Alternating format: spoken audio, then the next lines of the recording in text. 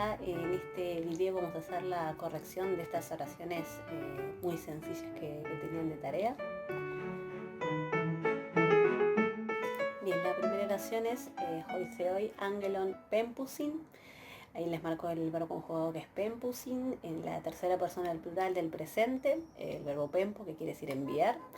Está en tercera persona del plural, entonces con este plural busco un nominativo plural que funcione como su sujeto, que es hoy, y todo el resto es predicado, hoy, los dioses.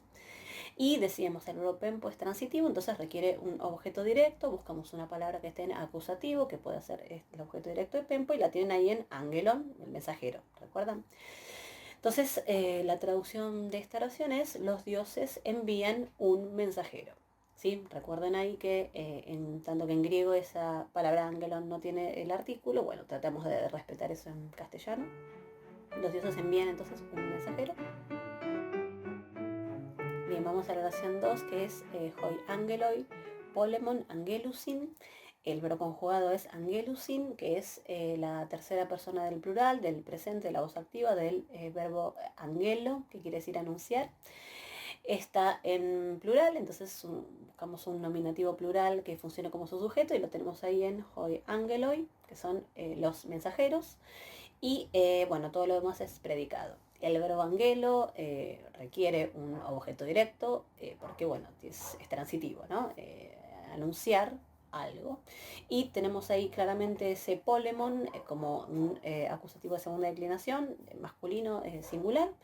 Entonces le ponemos objeto directo, polemos, recuerdan, guerra. Entonces la traducción de esta oración es: los mensajeros anuncian una guerra. O podríamos haber traducido también: los mensajeros anuncian guerra, ¿sí? Ahí de nuevo, tanto que en griego no hay artículo, podemos usar por un lado lo que sería ¿no? El indeterminado, el artículo indeterminado en castellano, o no poner nada y va a quedar, o sea, si tiene sentido en castellano, digamos, lo podemos también entonces respetar eso de que no tenga artículo. Entonces los mensajeros anuncian una guerra, o los mensajeros anuncian guerra, ¿sí? Bien, vamos a la oración número 3, que es Polakis, Hoagros, Carpus, U, Ferei, en donde tenemos como verbo conjugado ferei, que es este verbo fero, que ya nos fue apareciendo, que quiere decir llevar, transportar. Está en la tercera persona del singular. Buscamos un nominativo singular que funcione como su sujeto, y lo tienen ahí en hoagros. Entonces hoagros, el campo, eso es el nominativo sujeto, y polakis, carpus, ferei nos queda en el predicado. Volvemos al verbo. El verbo fero es transitivo, entonces requiere un acusativo que dependa de él como su objeto directo, llevar algo, transportar algo. Entonces ahí lo tenemos en carpus, ese acusativo plural. ¿Se acuerdan? Jocarpos, fruto. Y después nos quedan, por un lado, bueno, antes del verbo tenemos ese que es el circunstancial de negación, o sea, el adverbio que quiere decir no. Entonces a ese le ponemos circunstancial. Y polakis es un adverbio también que quiere decir algo así como muchas veces o a menudo, ¿sí? Entonces también le ponemos circunstancial, y la traducción es: muchas veces el campo no lleva, o no aporta, no da, no produce frutos.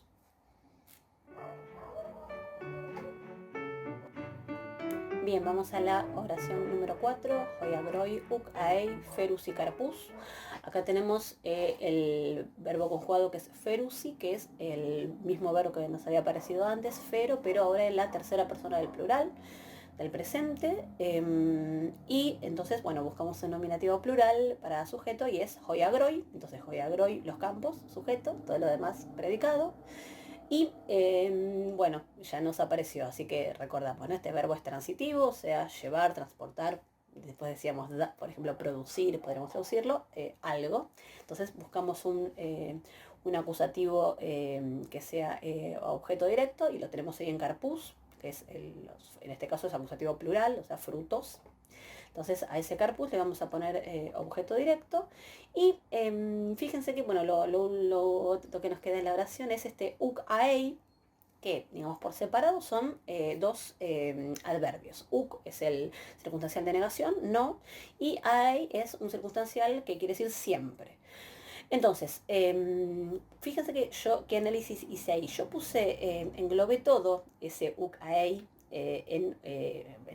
digamos, la categoría de circunstancial, y adentro a ai le puse núcleo y a uk le puse atributo. ¿Por qué?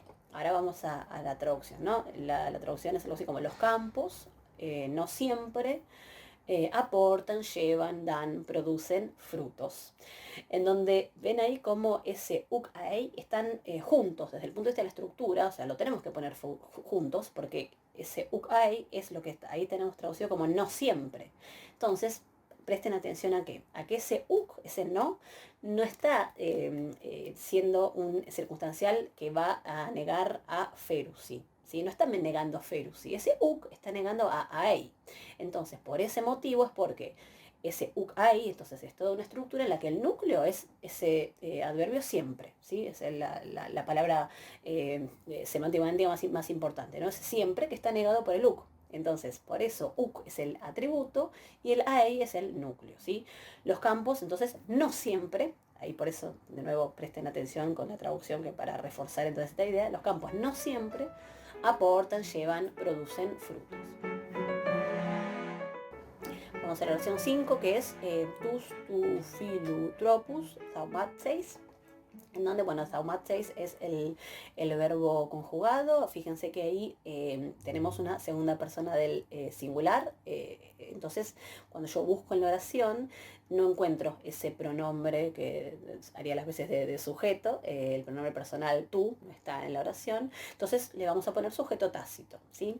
Bien, y como es sujeto tácito, entonces es todo predicado, y el verbo taumazo, que quiere decir, entre muchas de sus acepciones, la idea de admirar, por ejemplo, está asociado siempre con esa idea de la admiración o la sorpresa también en algunos contextos, y es transitivo. Entonces buscamos un acusativo que fuera su objeto directo.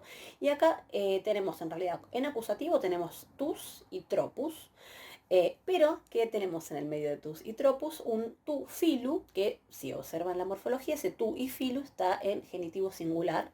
Y esa posición, ¿se acuerdan? En la que está tu filu, que está entre el artículo tus y el sustantivo tropus, es lo que se llama una posición atributiva. ¿Se acuerdan? Que, digamos así, ya vamos a profundizar en las posiciones del griego respecto de si es atributivo, si es predicativa, que eran las dos posibilidades, que algo fue apareciendo, pero después, insisto, le vamos a dedicar una clase aparte. Pero entonces lo que me interesa que presten atención a que ese tu filu va a estar adentro del objeto directo, va a ser el especificativo claramente de tropus, ¿sí? Y está ahí en esa posición precisamente porque se está dependiendo de este núcleo sustantivo del objeto directo, que es tropus. ¿Se acuerdan? Tropos, que puede querer decir carácter, forma de ser, actitud. Ya nos fue apareciendo esta palabra, por eso digamos, la comento así rápido. Entonces, admiras, tú admiras o vos admirás las actitudes, las formas de ser, y acá podríamos traducir del amigo, es una posibilidad de traducción, y si no, acuérdense que con el artículo definido en griego muchas veces podemos, digamos, ofrecer una traducción con el posesivo en castellano. Admira las actitudes de tu amigo, ¿sí? Acá, como estamos traduciendo oraciones que son, ¿sí?, fáciles y sin contexto además, o sea, por ahí no es relevante usar una posibilidad u otra, pero yo les comento las posibilidades para que las tengan presentes en caso de que, bueno, ahí sí sirva, valga la pena, bueno, decidir respecto de una u otra. Acá admiras las actitudes, las formas de ser del amigo o de tu amigo.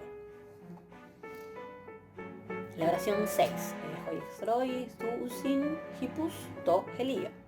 Acá tenemos el verbo conjugado stusin, que es el verbo stuon, que quiere decir incinerar y de ahí sacrificar, o sea, hacer un sacrificio. Está en la tercera persona del plural, entonces buscamos el nominativo plural para que sea su sujeto, y lo encontramos ahí en hoixtroi, y después, bueno, todo lo demás es predicado. Y el verbo pseudo es transitivo, ¿sí? Sacrificar algo, ¿sí?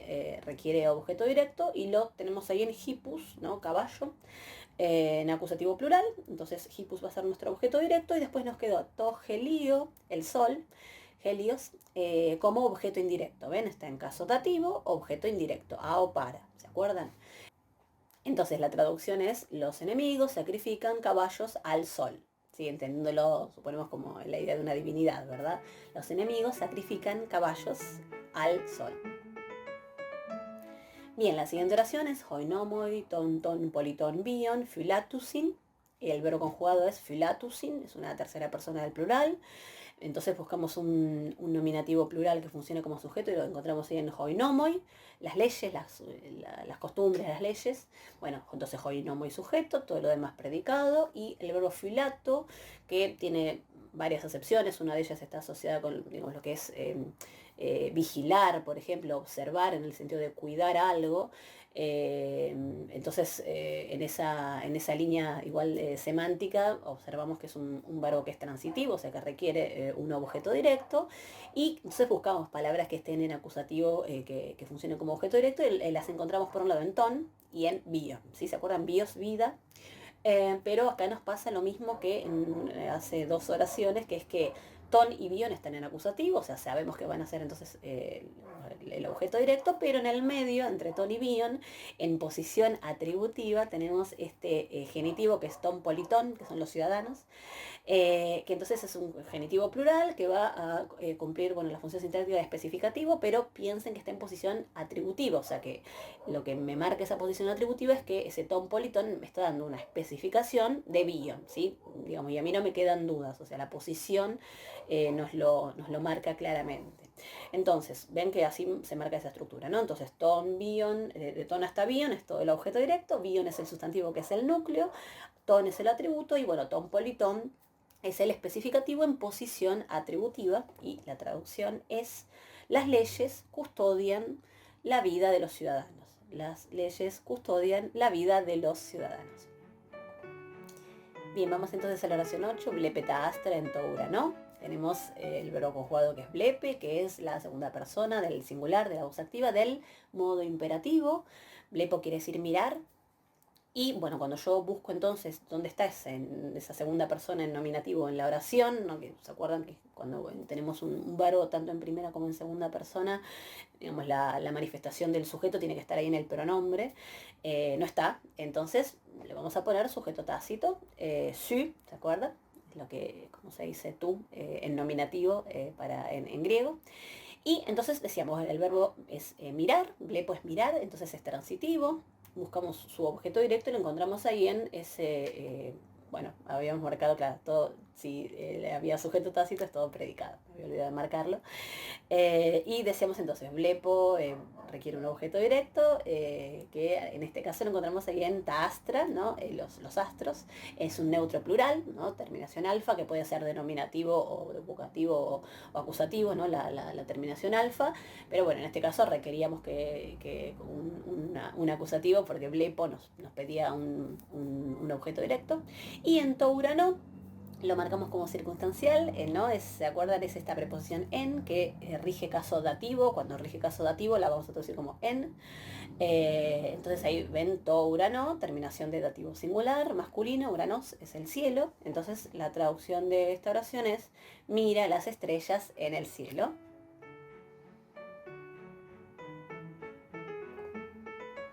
Bien, la oración 9, tadendra carpus ferei. Acá tenemos, ya nos apareció el viejo conocido verbo fero, que es llevar. Después decíamos, puede ser dar, producir, etc. Y acá presten atención al hecho de que es una tercera persona del singular. Y cuando yo tengo que buscar su sujeto, ojo, porque en esta oración lo que va a ser sujeto de este ferei es tadendra, que es un neutro plural. Pero ustedes recordarán que es un tema que ya apareció en las primeras clases cuando hicimos la introducción a la flexión, que es que los neutros plurales llevan cuando son sujetos, o sea, los neutros plurales cuando son sujetos llevan su verbo en singular. ¿Sí? Habíamos dicho que esto tenía que ver con que en griego esos neutros plurales se conciben como un colectivo. Entonces ese es el motivo por el cual, digamos, la razón que subyace hasta hecho de que aparentemente para nosotros un tanto extraño, incompatible, de que entonces un neutro que es plural lleve su verbo en singular, pero bueno, la razón sería esta, ¿no? Que está asociado con una idea colectiva. Entonces, tadendra, ¿se acuerdan dendron, que quiere decir árbol? Entonces, tadendra es el sujeto, carpus ferei es el predicado y entonces los árboles, en castellano tenemos que traducir el verbo en plural, ¿no? No nos queda otra. Entonces los árboles llevan, aportan, producen y con este verbo ya habíamos dicho es un verbo transitivo, busco su objeto directo que es carpus, que es un, que ya nos aparece acusativo plural, entonces la traducción de esto es, vamos a ver, los árboles dan, aportan, llevan frutos, ¿sí? Los árboles producen, si quieren, frutos.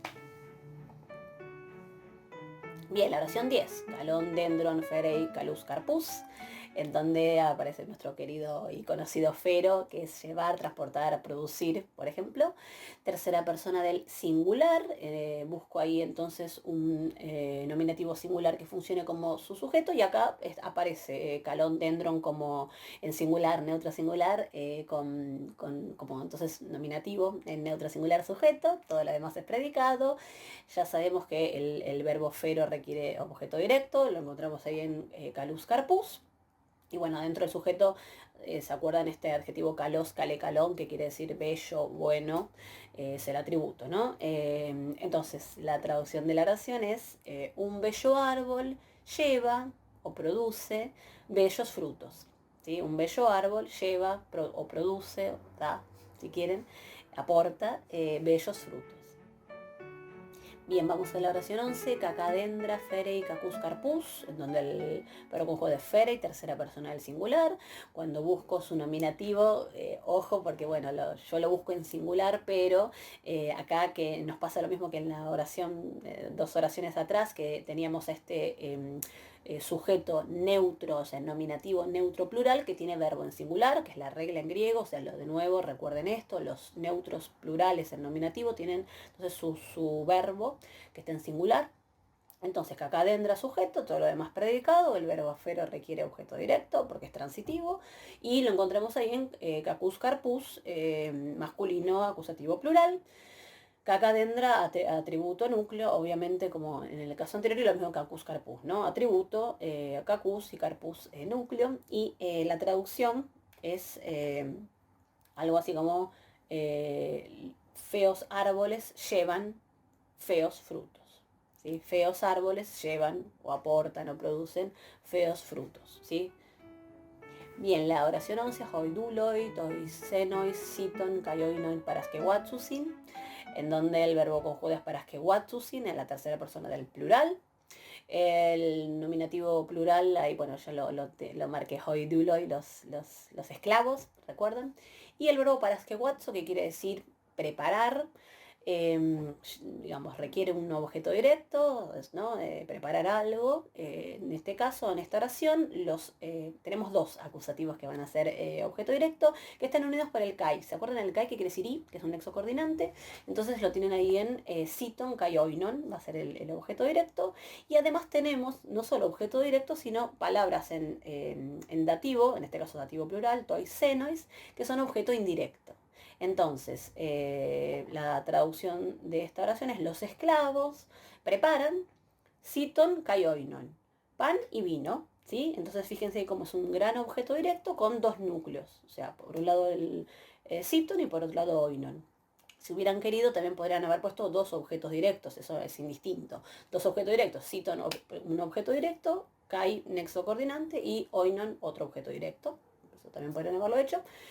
Entonces, los esclavos preparan pan y vino, tois, senos, objeto indirecto, a o para. ¿Se acuerdan que es la traducción? A los extranjeros, para los extranjeros. Una de esas traducciones estaría muy bien.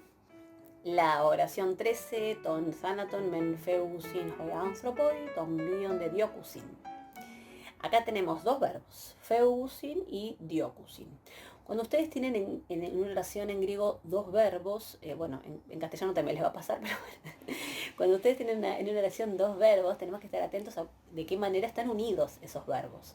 Si hay algún coordinante, de estos que habíamos mencionado, por ejemplo, recién el kai, que es un i, o puede aparecer un alak, que es un pero, o pueden aparecer subordinantes que todavía en este curso inicial de griego 1 no hemos visto, pero piensen que eso existe en griego, o sea, qué sé yo, una subordinada causal como porque, como cuando, digamos, son, ya les digo, o sea, son subordinantes que lo que hacen es introducirme una suboración en mi oración principal y, bueno, al ser una suboración es que entonces digamos, introduce un verbo. Entonces, cuando me aparecen dos verbos, que es lo primero que marco, ¿no? En una oración, yo tengo que estar atento a si los verbos están unidos por coordinación, en ese caso están al mismo nivel sintáctico, o si están unidos por subordinación y hay, digamos, un verbo que está subordinado al otro a partir de algún subordinante de estos que les mencionaba, que igual, insisto, en griego todavía no lo vimos, pero sepan que existe. En esta oración lo que tenemos son estas partículas que son men y de, que están justo antes de cada uno de los verbos, que lo que hacen es funcionan como coordinantes porque lo que hacen es como unir dos partes, en este caso de la oración. Feusin es la tercera persona del plural del verbo feu, que quiere decir huir, en presente, y diocusin es la tercera persona del plural del verbo dioco, que quiere decir perseguir. Los dos verbos son plurales y entonces buscamos su sujeto, que es hoianthropoi, los hombres, y entonces ahora lo que, digamos, terminamos de comprobar acá, entonces es hoianthropoi es el sujeto, todo lo demás es predicado, y feusin y diocusin están unidos entonces, o sea, ahora terminamos de armar la sintaxis de esto, están unidos por esta estructura men y de. ¿Se acuerdan entonces? Esto lo vimos cuando en las primeras clases que vimos sintaxis. Men y de son dos partículas que lo que hacen es unir dos partes de la oración que suelen ser traducidas como por un lado, por otro. Entonces, lo que tienen que tener presente es que cuando nos aparecen este men y de, prestémosle atención a qué dos cosas se están uniendo. Acá que están uniendo, entonces los dos verbos, por lo que, en rigor, si ese predicado la quisieran poner arriba, predicado compuesto, predicado verbal compuesto, como a veces se suele poner, pónganlo, a mí no me interesa porque, digamos, está claro que está compuesto por dos verbos, pero bueno, sí es importante para marcar las estructuras, ¿no? O sea, hay dos verbos y cómo están unidos, hay que siempre que tienen dos verbos hay que ver cómo están unidos, en este caso por men y de, por un lado y por otro, son las dos cosas que hacen los hombres. Bien, decíamos que el verbo era feugo, que quiere decir huir, que ojo, porque en castellano no, cuando uno dice huir, es huir de, o sea, no sale la idea de objeto directo, pero en griego este verbo feugo es transitivo, ¿sí?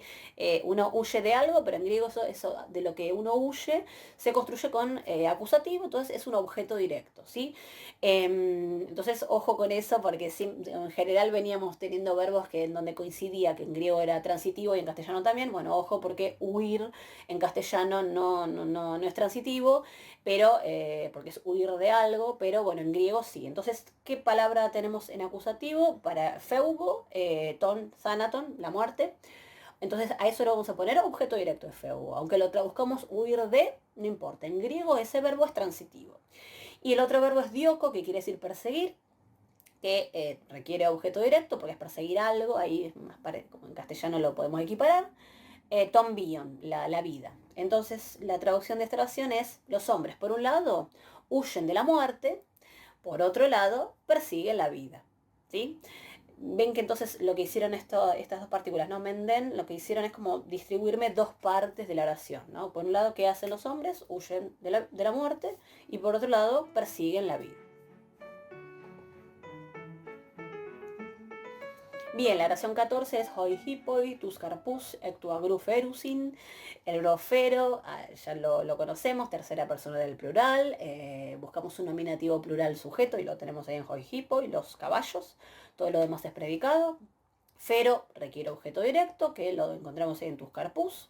Y ectua gru es circunstancial de lugar, que es la preposición ek, que rige genitivo. Ek con genitivo es la idea de o desde. Entonces a ek como preposición, se acuerdan que desde el punto de vista de la sintaxis le ponen nexo subordinante, y a lo que está en genitivo, que está regido por esa preposición, le ponen término. Nexo subordinante, término. Y a todo eso su circunstancial, ya en próximos videos vamos a explicar bien los nombres de los circunstanciales de este tipo, con preposiciones que tienen un nombre en particular. Ahora simplemente le ponen circunstancial y lo traducen en consecuencia. El diccionario les dice que con genitivo quiere decir de o desde, bueno, lo traducen así. Entonces, los caballos llevan los frutos desde el campo. Los caballos llevan los frutos desde el campo. Bien, la oración 15. Oh, yoi, pisteuete to seo. Fíjense que ahí tienen además un punto en alto que puede ser interpretado como un signo de exclamación en castellano, ¿no? ¿Recuerdan? Digamos, son temas que se vieron al principio del curso, así que por las dudas refresquen también eso, que no fueron apareciendo por ahí tantos, así que revísenlo, los usos del punto en alto, y ya que están, aprovechen y estudien los de otros signos de puntuación. Entonces, acá tenemos pistehuete, que es una segunda persona del plural, en donde con esta forma uno puede tener la posibilidad de pensar que es un presente en voz activa o un imperativo, ¿sí? Vamos a ver, el contexto nos lo dirá. Lo cierto es que no, es una segunda persona, no tenemos el sujeto ahí, es un sujeto tácito. En griego es ustedes o vosotros, se dice huméis. Entonces todo va a ser predicado, pero ojo porque está bien, va a ser todo predicado, pero ojo porque en el comienzo de la oración, ustedes lo que tienen ahí es un o, hioi, que está en vocativo, ¿sí? Hioi quiere decir hijos, o hios quiere decir hijo, pero aclaro por las dudas, o sea, con hioi ustedes tenían la posibilidad con esa terminación de que eso fuera un nominativo plural o un vocativo plural. Acá con esa interjección que quería decir o, ahí adelante, que se acuerdan que muchas veces yo la pongo en los cuadros de la declinación, porque bueno, es frecuente que aparezca con los vocativos. Entonces, bueno, si teníamos dudas, con esto digamos, no nos queda duda de que hioi acá no es nominativo, sino que es vocativo, es la invocación. Y acuérdense que el vocativo no está ni adentro del sujeto ni dentro del predicado, lo marcamos entre barras, así. Eso quiere decir que esa construcción que yo pongo entre barras no está ni adentro del sujeto ni dentro del predicado. Entonces, ¿qué me queda en el predicado? Pisteuete to seo, todo eso es predicado. Y el verbo pisteuo quiere decir confiar en alguien, creer en alguien, y digamos, ese verbo requiere dativo, ¿sí? Es un verbo de estos que tienen régimen en dativo.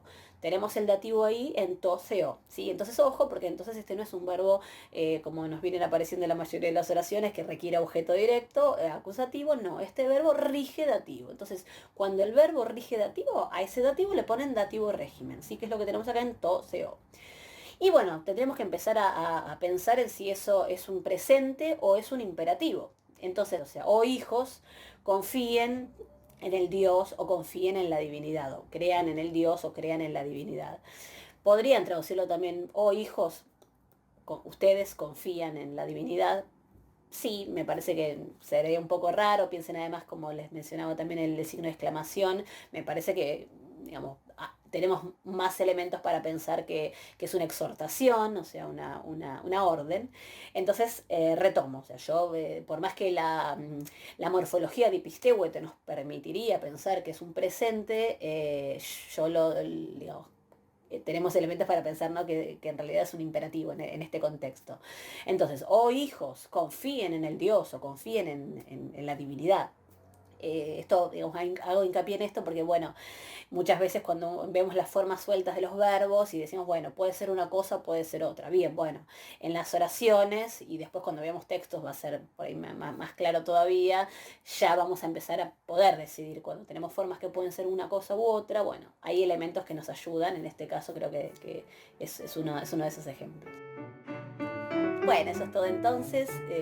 Espero que les haya servido estas oraciones tan sencillas como para reforzar cuestiones no solo de sintaxis, sino creo que también ha aparecido una serie de palabras, de vocabulario recurrente que también siempre es importante que fijen.